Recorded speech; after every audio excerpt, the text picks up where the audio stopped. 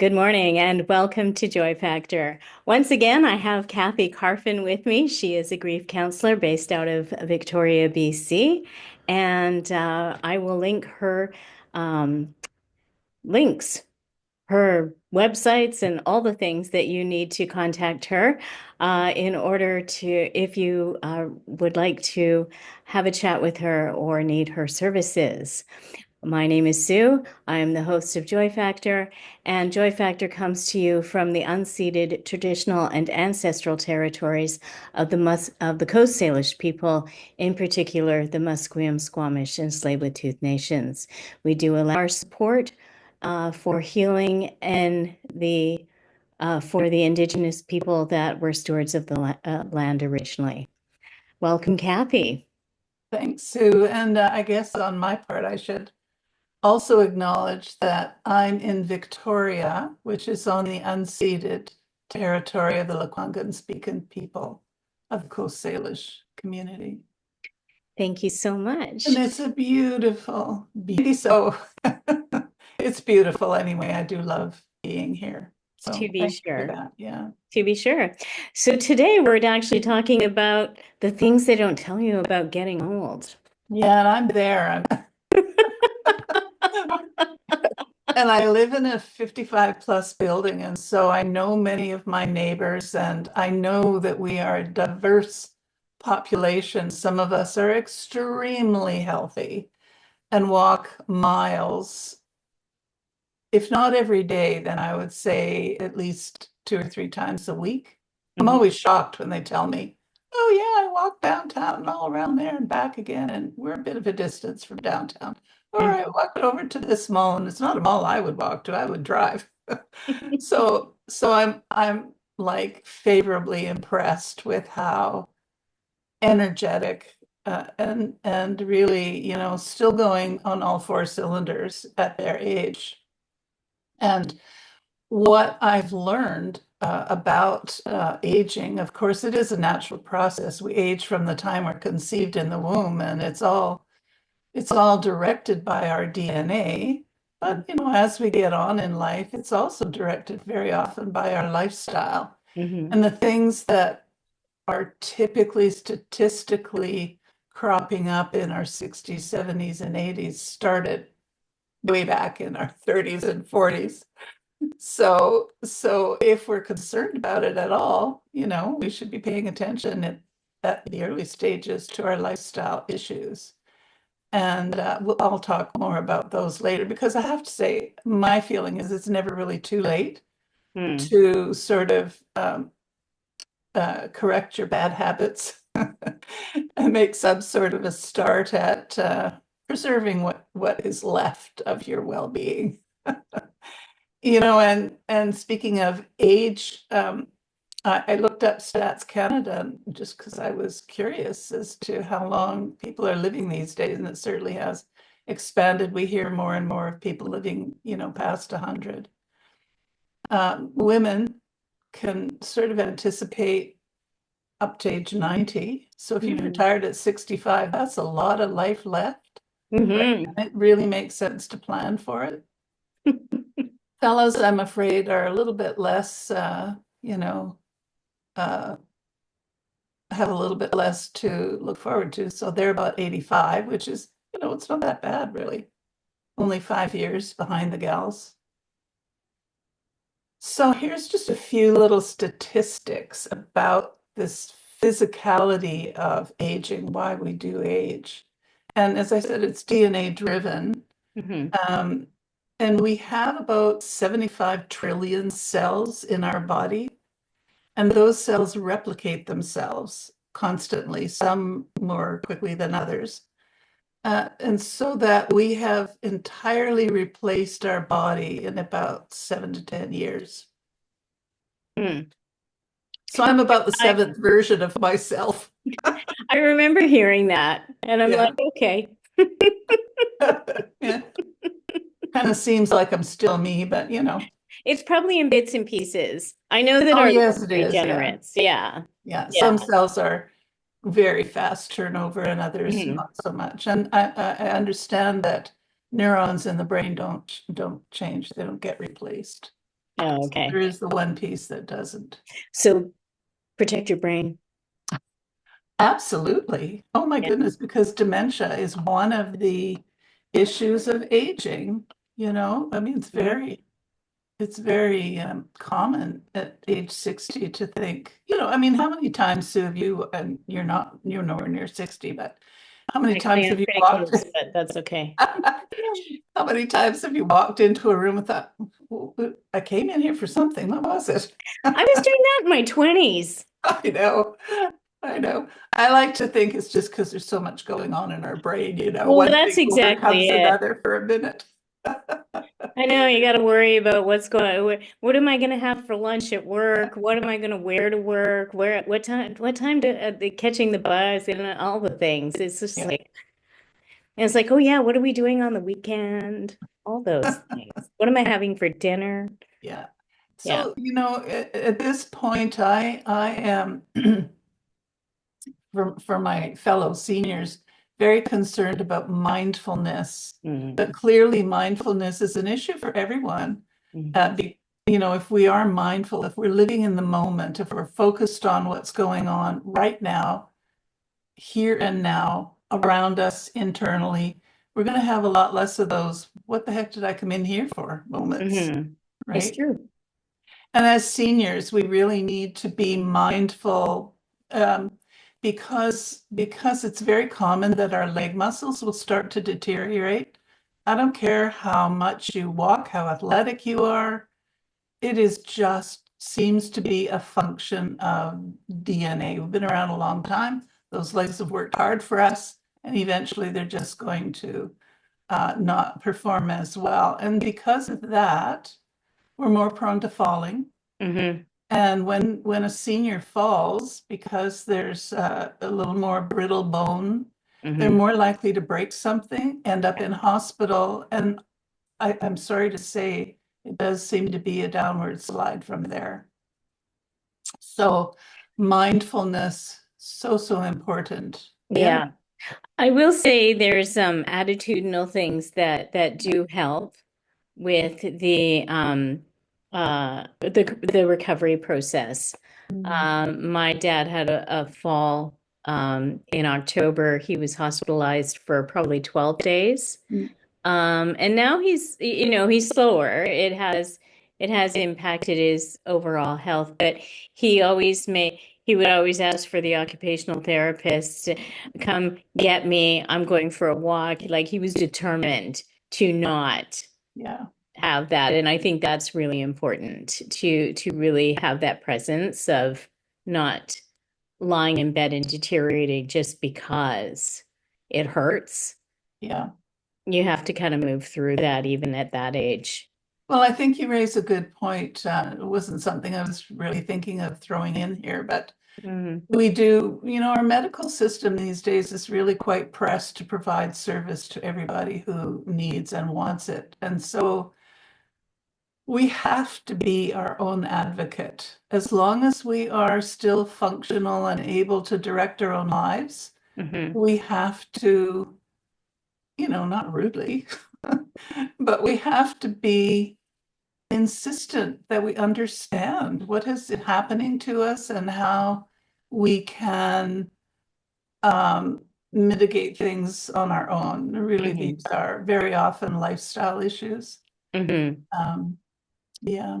I was very annoying to my doctor and my oncologist when I went through cancer because I questioned every remedy they recommended because, you know, uh, just because that's who I am. What could I say? What is this? What's it gonna do to me? Well, I wish I'd said more of those questions. I just Mm. really wanted to know what were really, I think I was looking more at statistics. Oh, What is okay. the statistic of recurrence if I do this or if I don't do this? You know, Oh, I see. yeah, Yeah. it was really more of that. And I wish I'd asked. I mean, they did tell me what the potential repercussions would be, but you know, I have Yeah. to, for sure. Yeah, well, and that brings up another point that everybody is different. So the doctor's going to be like, well, I don't know. We're gonna have to wait and see. And like, you'll have to judge yourself and understand, like, how is it making you feel? And what does this feel like? So again, that's advocacy on your own part because they're only going by what the body of knowledge that they have.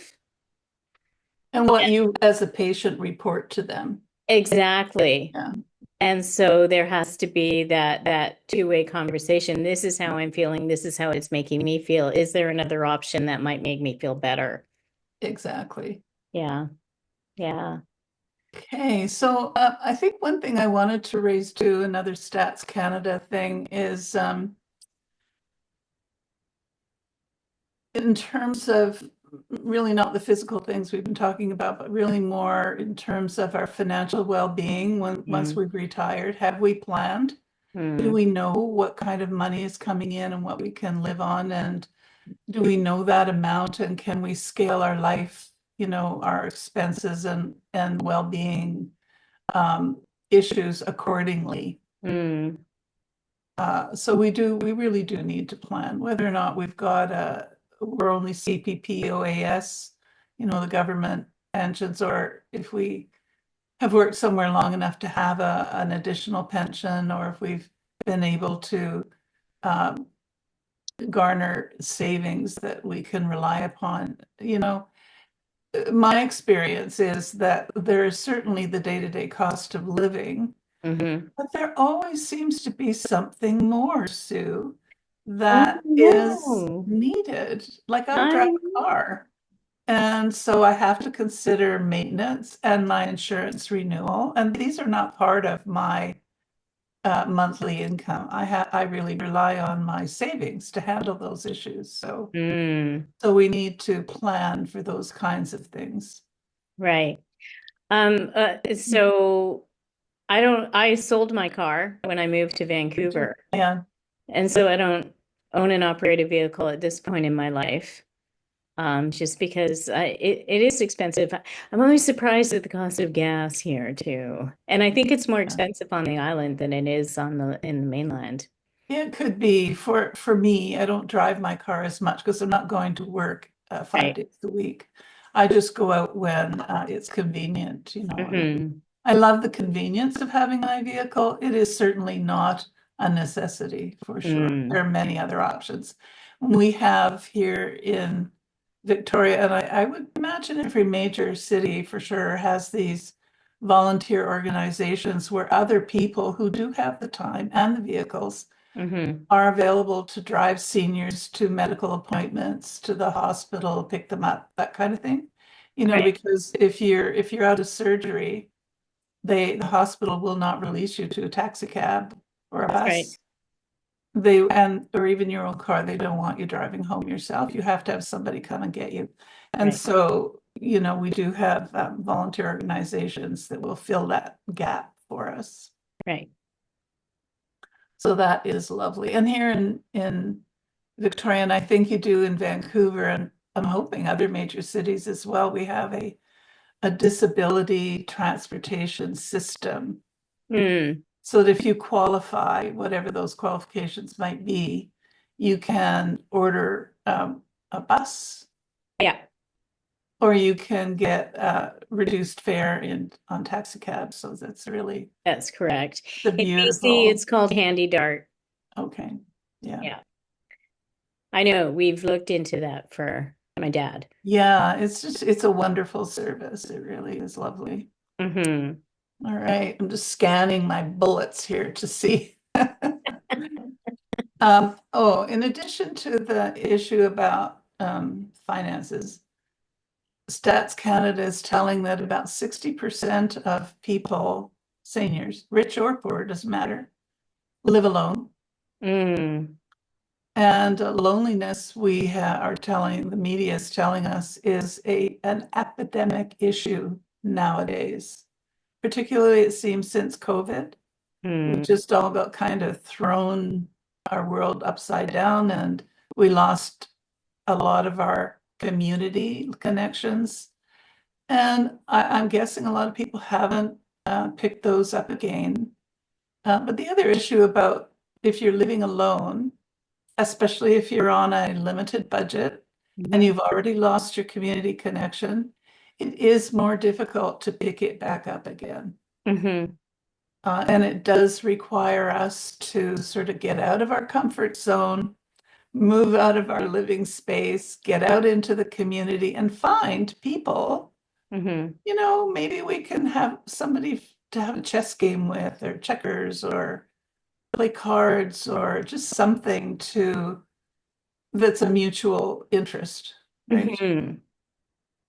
And I do encourage, if you have the ability, to maybe pick up a hobby that you dropped while you were working. And now that you've got time, you can go back and pick it up again. Maybe join a choir, learn to paint. Doesn't have to be fabulous. You don't have to be perfect. Doesn't have to be show worthy. It's something to keep you occupied and interested in life. Those are such important things. Mm-hmm. Turns out when our surface skin is drying out, so is our mouth, our nose, even our eyes, our throat. Mm-hmm. So, I mean, it's one of those things you have to deal with. And I don't know what the remedy for that is, to be honest.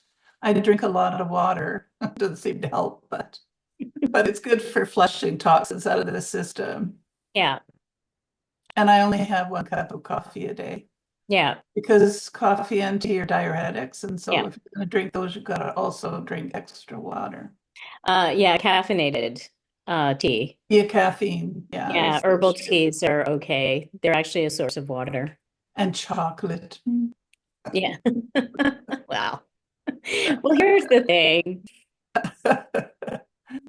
There's always stuff that's bad for you, and if you enjoy it, we all have to end up. Well, you know, that's a really important point because, you know, here I am talking about all the sort of challenging things that we need to anticipate as we get older. But my goodness, the quality of life, we need to be happy. Mhm. We need to, because honestly, the happiness chemistry in our brain, the chemicals that are created because we're happy, it's kind of a this and that thing. Also keep our body in good condition, right? Yeah. So it's this flood of hormones back and forth between the body and the brain.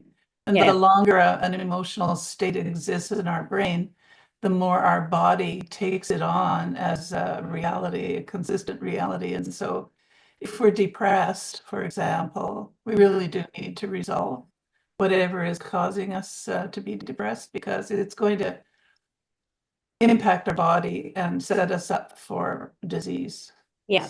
Something that gets us out of bed in the morning. Mm. We want to be looking forward to something that we're going to do in that day, something that makes us feel like this life is worth living, right? Some little thing that brings us pleasure. And I don't care if it's just meeting a friend for coffee and a croissant. I don't care. But something to make you feel happy to get Yeah. up and dressed and out. I call it the Always reason for, something to do. Sorry. yeah. Sorry, I didn't mean to interrupt you. I call it the reason for putting your pants on. Exactly. Yeah. And something we love, but somebody we love. Like, who are we connected to in our community? A lot of us at my stage of life don't have partners anymore. Right. And we do live alone. And we need, for our emotional well-being, we need connection.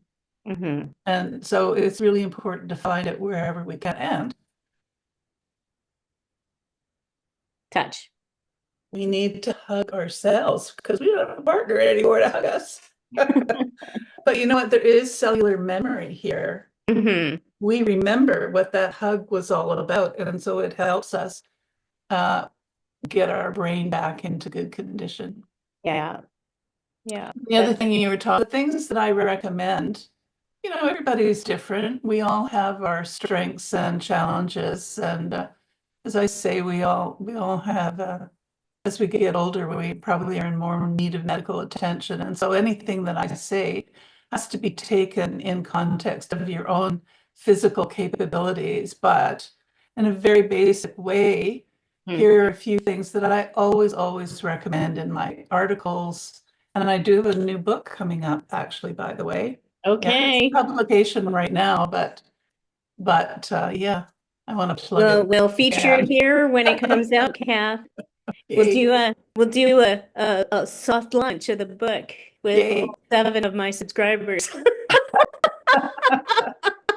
Every little bit helps. That's right. Hey, if you like what we're doing, please like, subscribe, and Absolutely. comment on the channel. Yeah, Kathy has yeah. her channel. I'll link it below.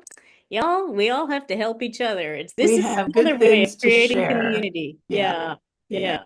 All right. So breathing, take a few good deep breaths, empty your lungs. So push up from your belly, get all that air out of your lungs, and then take a lovely deep breath in and refill the air. And the more you do that, the more you're getting fresh oxygen into your lungs and then spreading it through your whole body to all the cells that need it, right? So you're getting oxygen and blood actually to all the spots that need them. And you don't have to do it all the time or you hyperventilate, but from time to time.